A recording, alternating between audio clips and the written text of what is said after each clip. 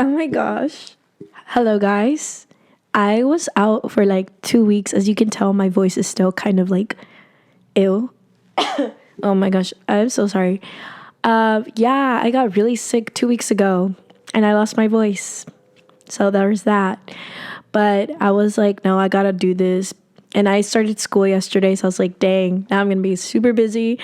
I got assignments to do already. So also, let's look at the fit today. Don't mind it. I have work at 4 today and it is currently 12:41 at my time right now. And I just wanted to be dressed already, and I have tissue on my chest because I don't want the company name out there just in case.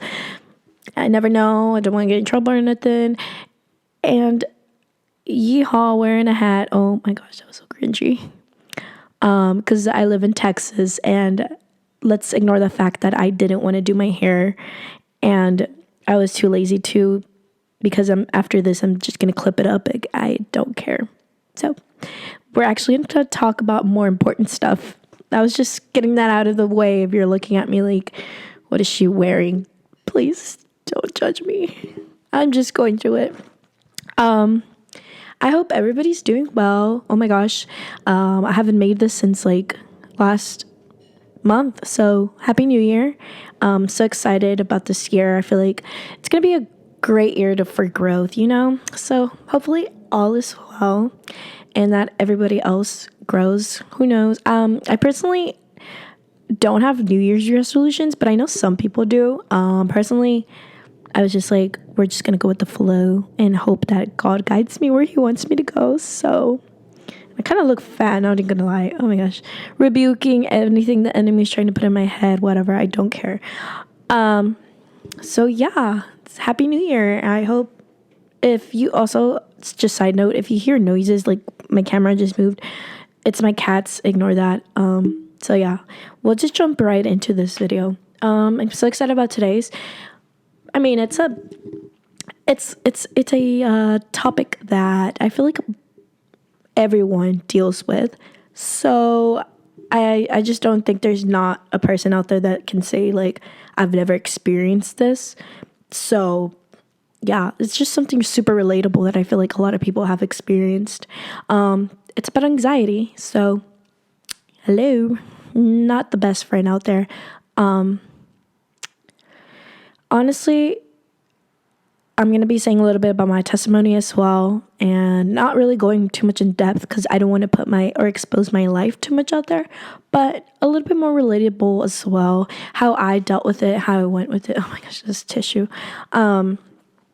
But yeah, I'm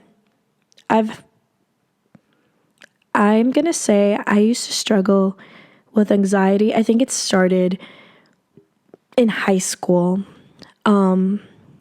Just the fact that I was such a quiet kid in high school and I struggled a little bit. It kind of got in my pet peeves when people would be like, you're so quiet. Like, you never talk.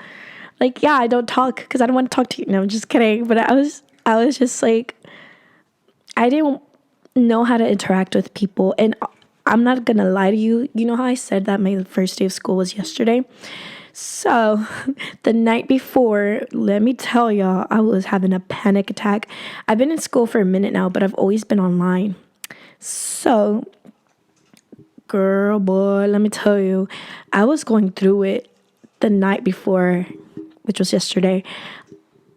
I was having anxiety attacks and panic attacks, and the enemy was trying to get to my head, telling me so many things, because I've been in the university for a while, but I've always been online, right? Keep that in mind.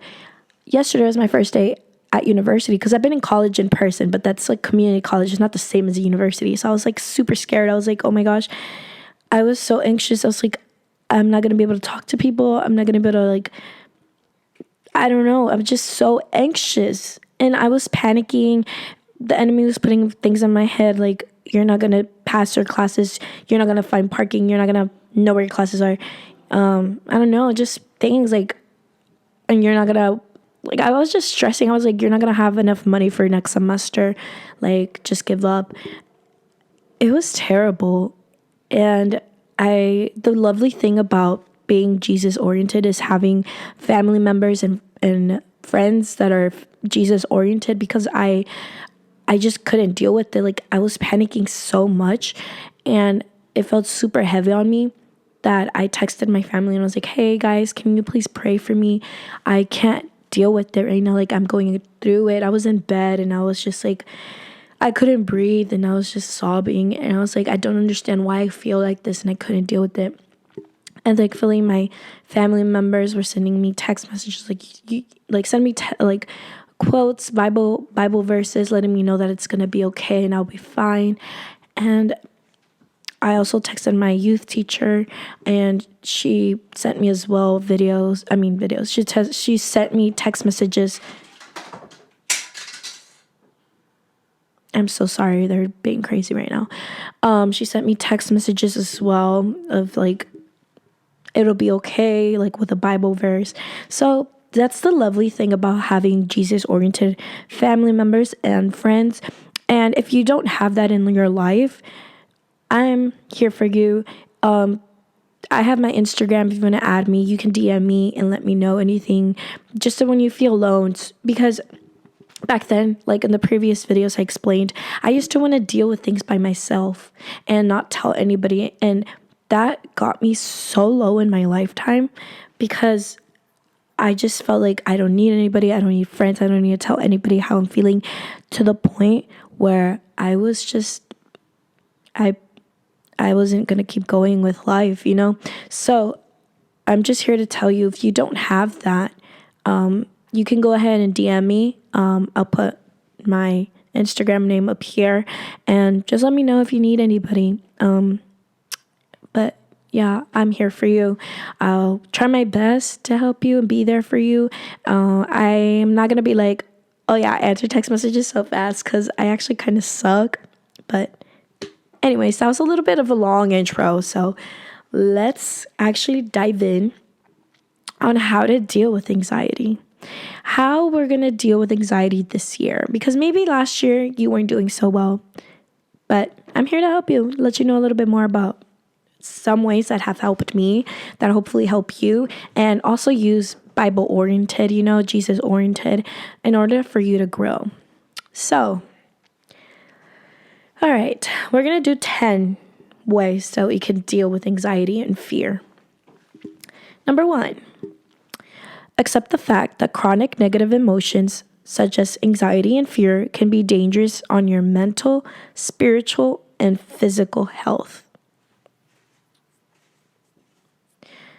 So we have to accept that we're humans and we're going to be feeling this way. That was my first error back then. I would ignore it. And a lot of times we try to ignore our problems. We say, oh, whatever, it's just in the back of my head. I'll deal with it later. But when you ignore those things, it's just going to keep growing and growing inside of you without even noticing, where it's going to be to the point where you're just going to be like, that's it. Like, you can't keep going because you're so low down in your life that you didn't want to accept the fact that you deal with anxiety. You deal with this fear in your life because you were ignoring it the whole time. We can't do that, because I was there.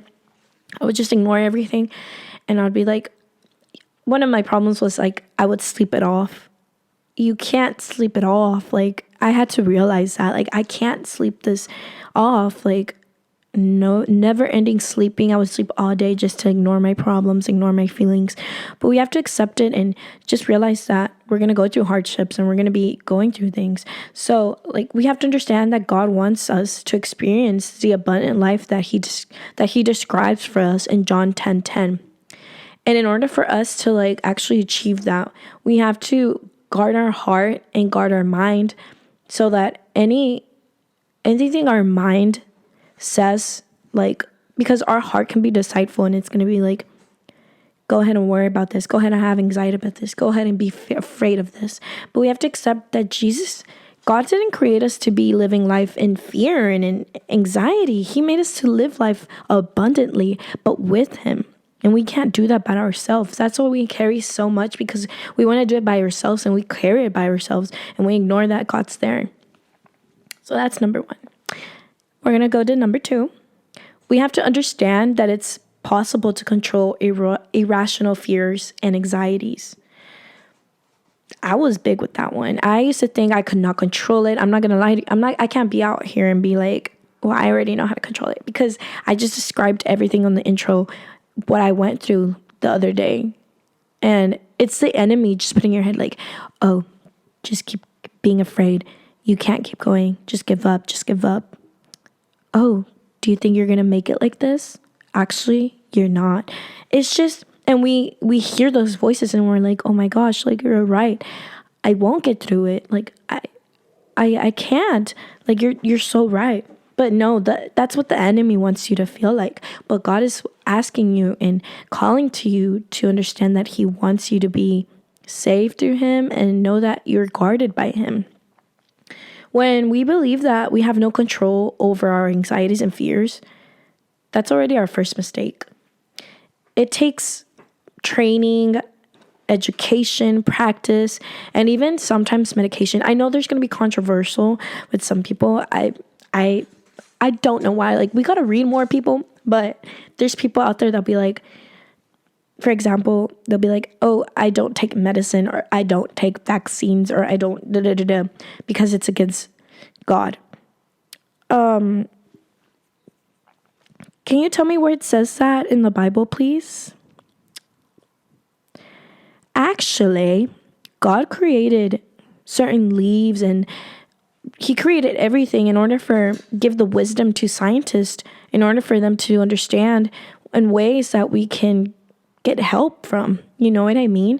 And I feel like a lot of times within churches, sometimes even, there's sometimes people that are like, you just don't pray enough. You don't know God that much for you to be feeling like that. But we're human, and it's human nature that sometimes we might need more help. And I'm not saying like take away from God and like just ignore him and go for medications only and go for therapy and go for no. I'm saying if you are at the point where you just need so much help from, like, you're about to end it all, please don't. There is medical attention for that. There is, but honestly, our true and best medication for our lives is God. But we also can't ignore the fact that God gave the wisdom to scientists, to doctors, to nurses, in order for them to help us as well. Because again, we're human. It's human nature. We're gonna get sick. We're gonna, I got sick 2 weeks ago, and I don't know, like, it just happens, and I had to take medicine for it. But anyways, yeah, it takes practice to do that. To understand that, yeah, you're going through it, and maybe it's time for you to go seek therapy, go to a church, get involved with people that can help you, like, encounter that and get rid of that. Because I had to do that as well. I had to just accept the fact, talk to my parents, talk to my family, tell them like I just can't keep going. I have so much anxiety over my life, and they're there to help me and guide me, because God uses people in order to guide you. And then if we sincerely desire to gain better control over the negative emotions that we feel, we can totally overcome them. Because again, with God, all things are possible. There's not a single thing that God can't do. If he brought Lazarus, a man that was dead, he used Jesus to bring him back to life. Like, who are you to tell me that God can't heal me? God can't do this. Like, okay. Even Jesus himself came back to life. Like, okay. Third point, or number, option. I'm sorry. I'm like congested right now.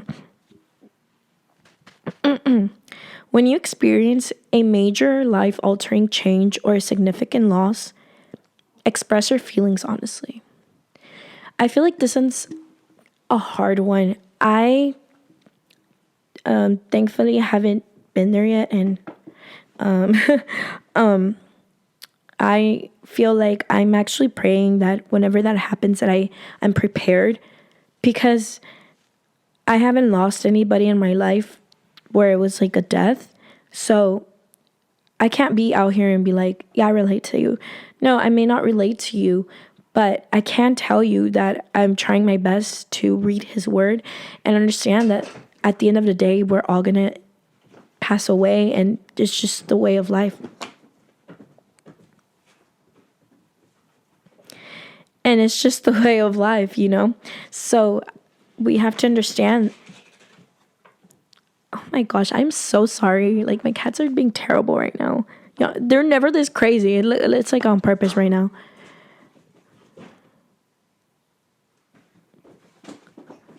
Oh my gosh. Anyways, I lost my train of thought because they're like, okay. So if we're experiencing a life-changing event, or if we're recovering from a recent loss, we can't keep that all bottled up by ourselves. I pray for this person that I know. I pray for them every single night, and because they told me some of the things that they went through, and I feel so much for them, but it's just something that they won't ever understand, because I don't know how to explain it. But this person, like, they just tell me like so much of the trauma that they went through, and my heart, it still hurts, mainly because I know the fact that they went through so much, and they went through like lots of people. And one of the mistakes that they would tell me, but like I didn't want to offend them, was that they always wanted to keep everything bottled up inside. And they would seek like drugs or alcohol as a gateway for them to feel better. But in reality, like I mentioned in the previous videos, at the end of the day, you're left with nothing. So in reality, did that really help you? No, because you're going to keep going through life every single day dealing with it. And the days that you're actually sober, like,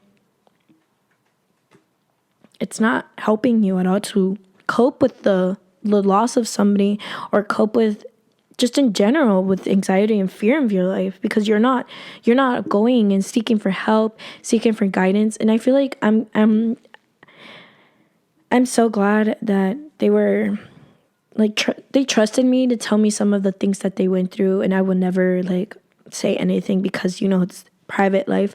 I would never say who or nothing, but I pray for this person every single night, because I know that we're human. We can't go through things alone. And something that this person would say is that they could deal with it alone, but no, we can't. We just can't, bro. Like I mentioned in the previous videos, even Jesus had his disciples around him. Yeah, Jesus is God and he doesn't need us, but when Jesus came to earth and he was human form, he showed us that even God himself within Jesus, he had disciples around him, surrounding him, and him being able to have friends, companionship, and being able to talk with them, because we need that in our lives. And I feel like I went through that as well, where I've always mentioned I thought I could do everything by myself. I didn't need anybody, but we can't. I also read here, it says we need to talk to people that we can trust and express our feelings, like I mentioned before. And while we're at it, we need to remember that God promises to heal the brokenhearted in time. He will heal your heart and dry your tears if you let him. Again, if you let him. If we don't open up our heart, our door, how do you expect him to heal us, In the meantime, he will heal your heart and I already read that, sorry. So if we haven't already allowed him to begin this healing process, today's the perfect time to start that. It's the best time, because who knows? You might be healed already at this point. Just let him. Okay, point number 4. Understand that negative emotions are highly contagious. Yeah, let me read this real quick. Look. So, unless we make the conscious effort to take control of our thoughts and emotions, other people's outbursts can add to our fears and anxieties. If we find ourselves in a situation where another person's negative emotions are continually infecting yours, ask God to help us and to guard our heart. And while we're at it, we need to establish as much physical and psychological distance as we can by establishing clear boundaries between ourselves and the difficult person. This one's a hard one. Sometimes, like I said, we're encountered with people that are really going through it like terribly. And again, as with the same person as mentioned before, I wasn't in a good place either. And their trauma, everything that they would tell me, I feel like was affecting me as well because I wasn't in the right place. And I feel like that's something that I carry with myself around as well. I feel like if only I would have been like, the enemy tries to put in my head, of course. If only I would have been good with God and Jesus, like he would have known that I could help him. But I wasn't in the right place. And not just him or her, I'm not saying what, them. I've had to distance myself sometimes from people that were affecting me in very negative ways, like just telling me the worst things, and me not being in the right place in my life would also affect me. And that's sometimes what we deal with, where people will trauma dump on you, and then you're like, and people let it affect you, you know? But I've come to realize, like, I need to understand that, yes, I might stumble upon somebody that might trauma dump on me, but I need to understand that even if they do, all I can do about it is pray. And that's it. Because I used to have so much anxiety and like, oh my gosh, like, what do I do? How do I help them? How do I help? I can't do anything about it. At the end of the day, I can't do anything about it. The only person that can do something about it is Jesus, helping them, guide them. And the only thing you can do is pray for that person. But a lot of times we allow our friends or family to trauma dump, and then us worrying about not just our problems, but as well as the others. But we have to understand, no, we can't change a person or make them feel different. Only God can. Nobody can. Not your friends, not your family. Only God. Yes, they can help you. Yes, they can give you words of encouragement. But at the end of the day, even if you're that person trauma dumping on somebody else, you can't expect that person to help you like change completely. Like, we have to understand that only God can, and whatever he provides us with, what he provides us with. Number 5, identify any stimulants or medications that may be contributing to our anxiety. So, sometimes anxieties and irrational fears can trigger like a chemical substance, scientifically speaking right now. For example, high caffeine drinks, when consumed in sufficient quantities, can make us feel anxious.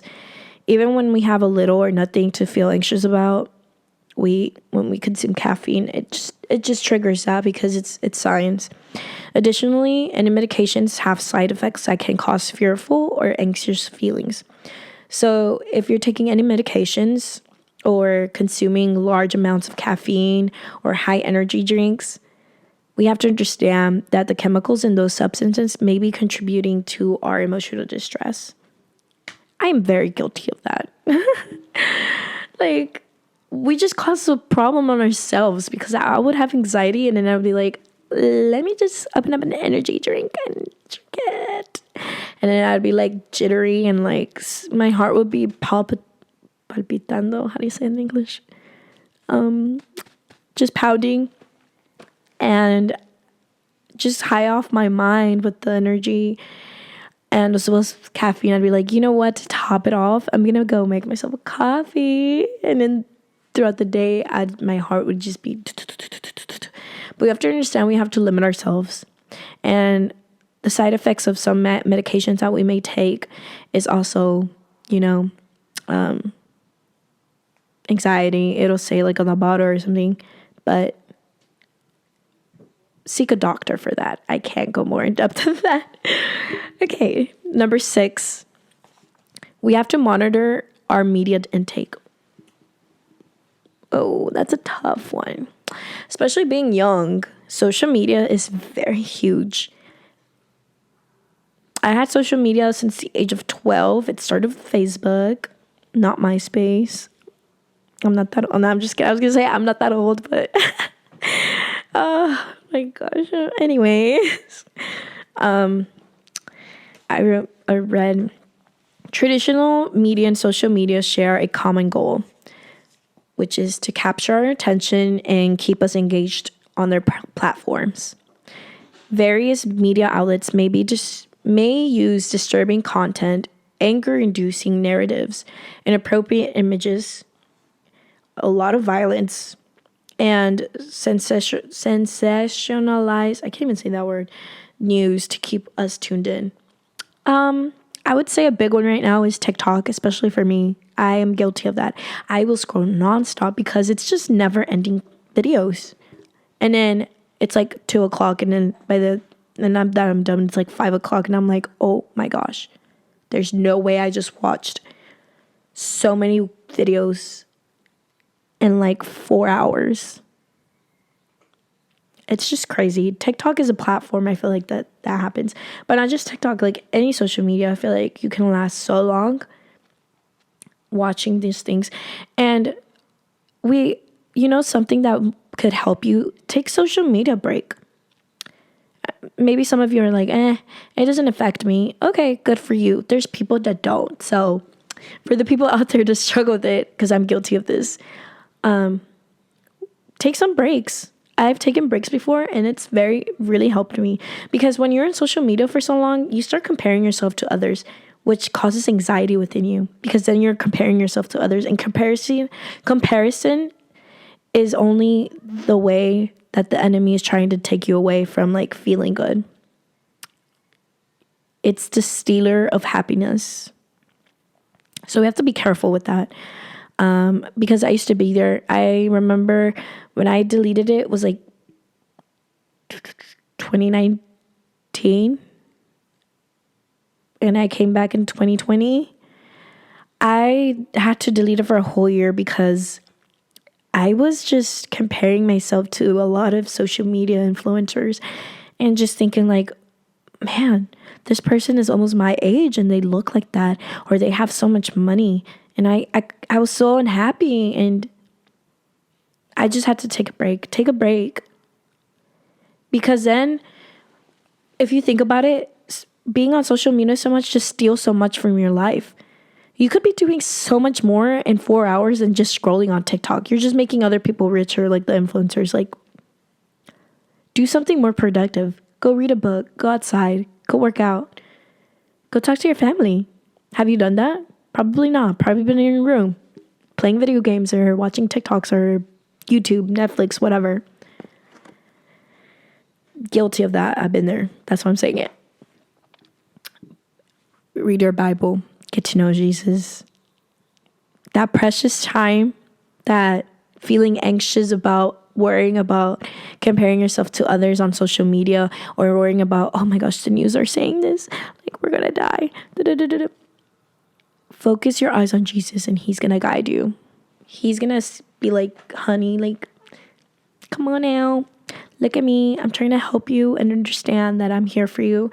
And you're living this life so scrolling so much and going in a fast pace that when you're not on it, it's like you realize, wow, time is actually very slow. I say take about 10 minutes your day to just sit in peace and quiet. Don't use your phone. Also, something that's helped me, don't use your phone when you wake up. Do not use it. At least 2 hours be awake without using your phone. And you'll see how much you get done. I promise you, because I've been there, and there's been times when I wake up to go to the gym, and then I'm just scrolling on my phone, and then I'm like, well, dang, it's already late. Like, I can't go. When I could have been reading the Bible, praying, eating breakfast, just doing productive things with myself, cleaning my room. I don't know, way more than just being anxious about what's going on out there from other people's lives, because that's what social media is about. It's just people posting lives, and there's been situations where you think, oh, they look so happy, and in reality they could be like so miserable. Social media is fake, I'm just saying. Very fake. You need to be careful with your intake on it. If you're lasting, you know how the phones say like how long you've lasted on your phone? Just do that and it'll astonish you that we can last about 10 hours a day. Those 10 hours we could have been doing something more productive with our lives. Just saying. All right, so number 7. Avoid the pitfalls of procrastination. Oof. Guilty. Ew, that was so cringe. That's my biggest one.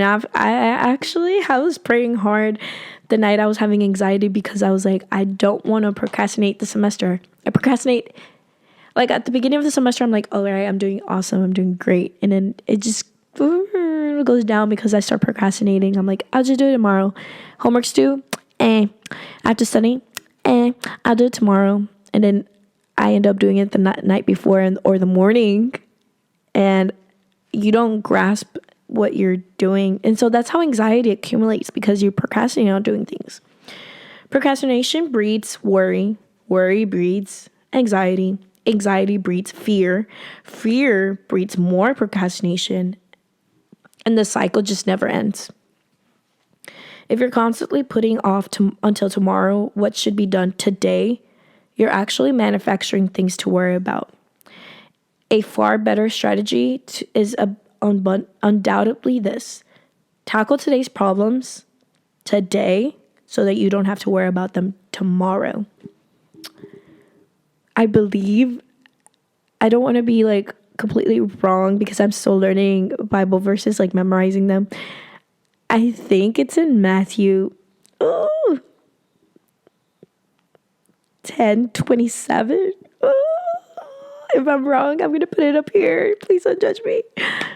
But it's about the one about don't worry tomorrow. Like even if you worry, I mean, he doesn't worry. If he takes care of the birds out there, which is an animal, and feeds them and gives them food, why would he not take care of you? Like, because the birds don't worry about like, oh, tomorrow, I don't know if I'm going to have enough food. God provides for them.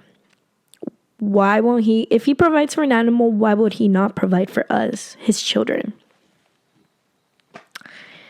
Which can't worry too much about tomorrow, but work today. Stop procrastinating. If you want to do something, do it today. Don't be like, I'll just start Monday. No.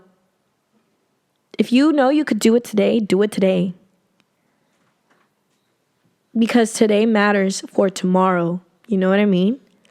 Like, yeah, it's not like you're putting it off, like, what is to come the next years, but like, because you're worrying about what today is to come and getting things done today, you won't have to worry about it tomorrow or the day after or after months or after years, like, because you've done it.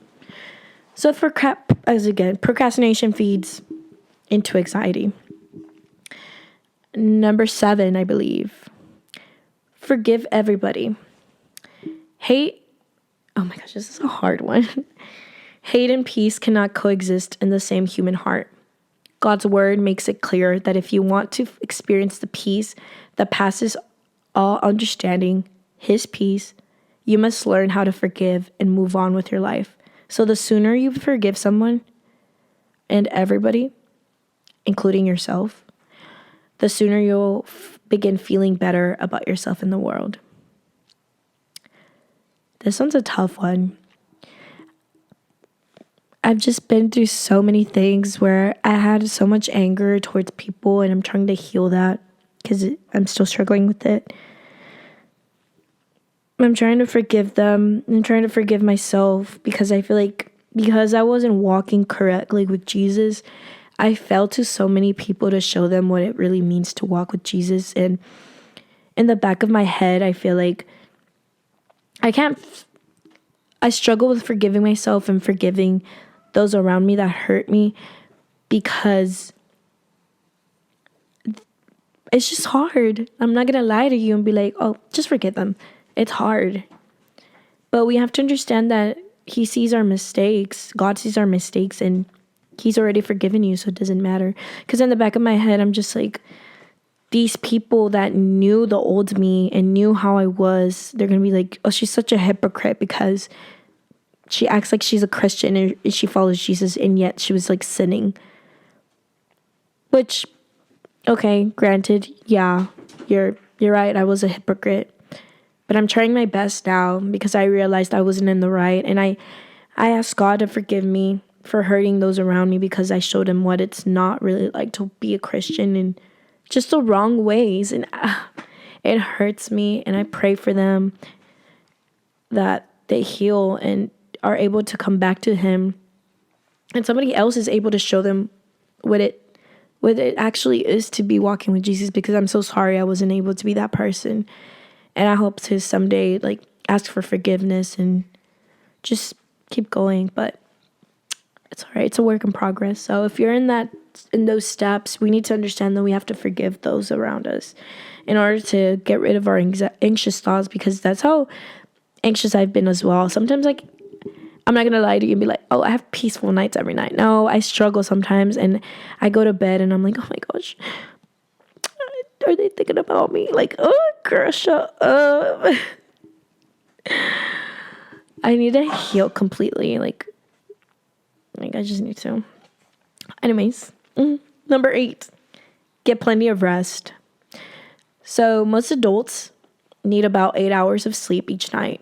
If we're constantly depriving ourselves of much needed sleep, we may be harming our overall health while manufacturing needless stress and anxiety. So if you've acquired the habit of staying up late and robbing yourself of sleep, it's time to establish a better habit and turning off our devices before going to bed. I suggest doing this like at least 2 hours before bedtime.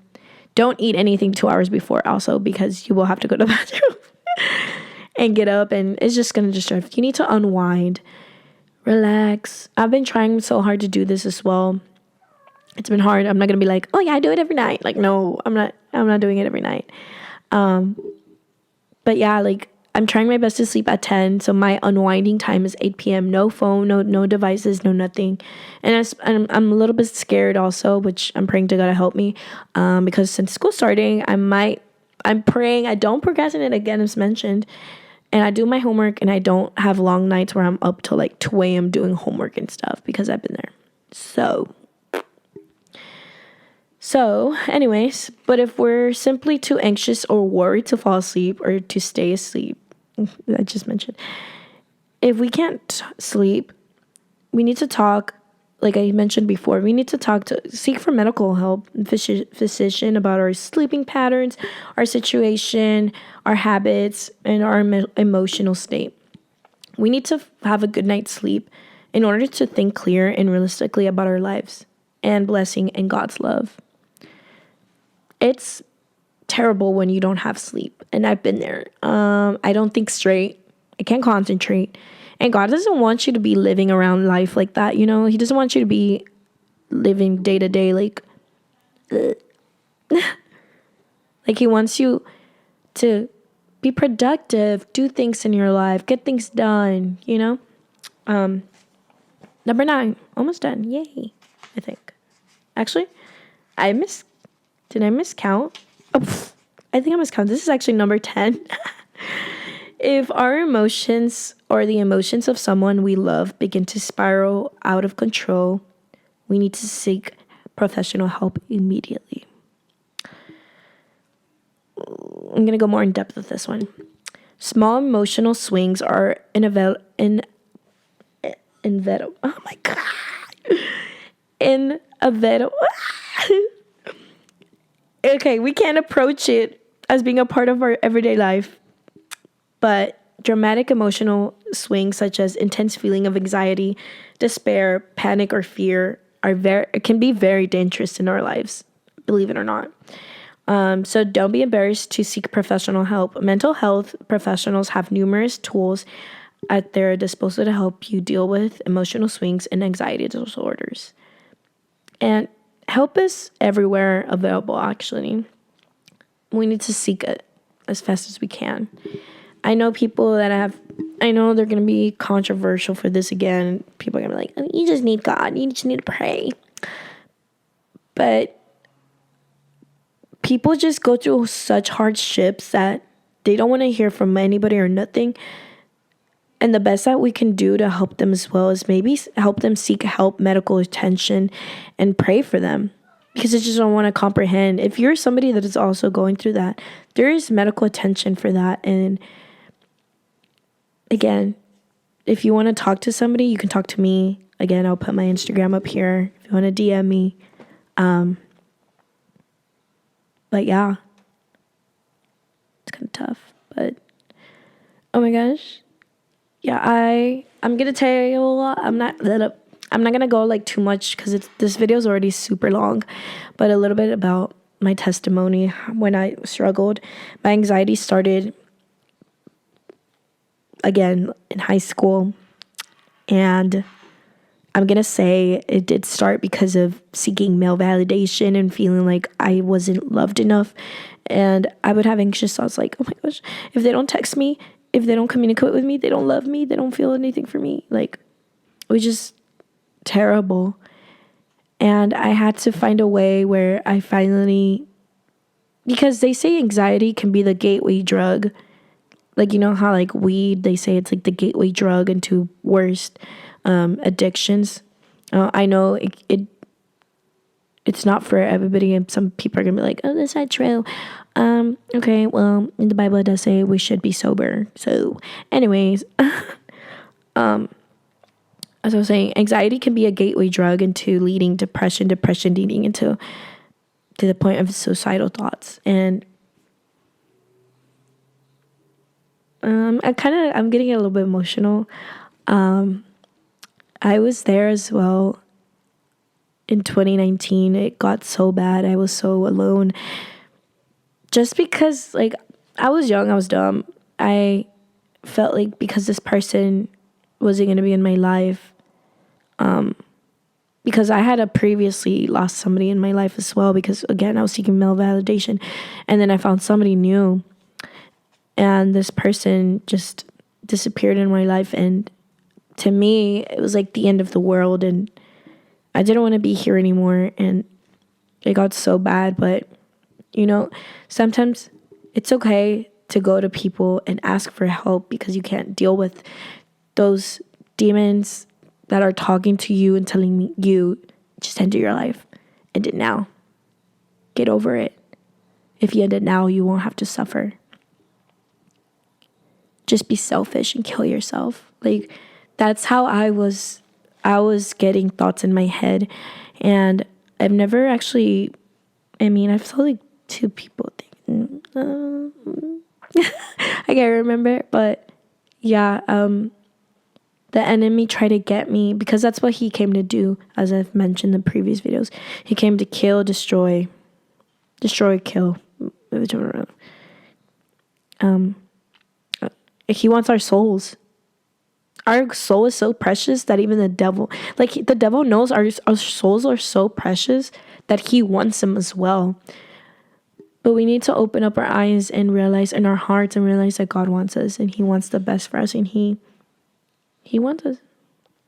But yeah, up until I found him and I seeked for help and prayer and reading his word, it's what's helped me deal with my anxiety. I used to have very bad panic attacks and just feeling like I wasn't loved by others. And we have to open up ourselves and realize we are loved.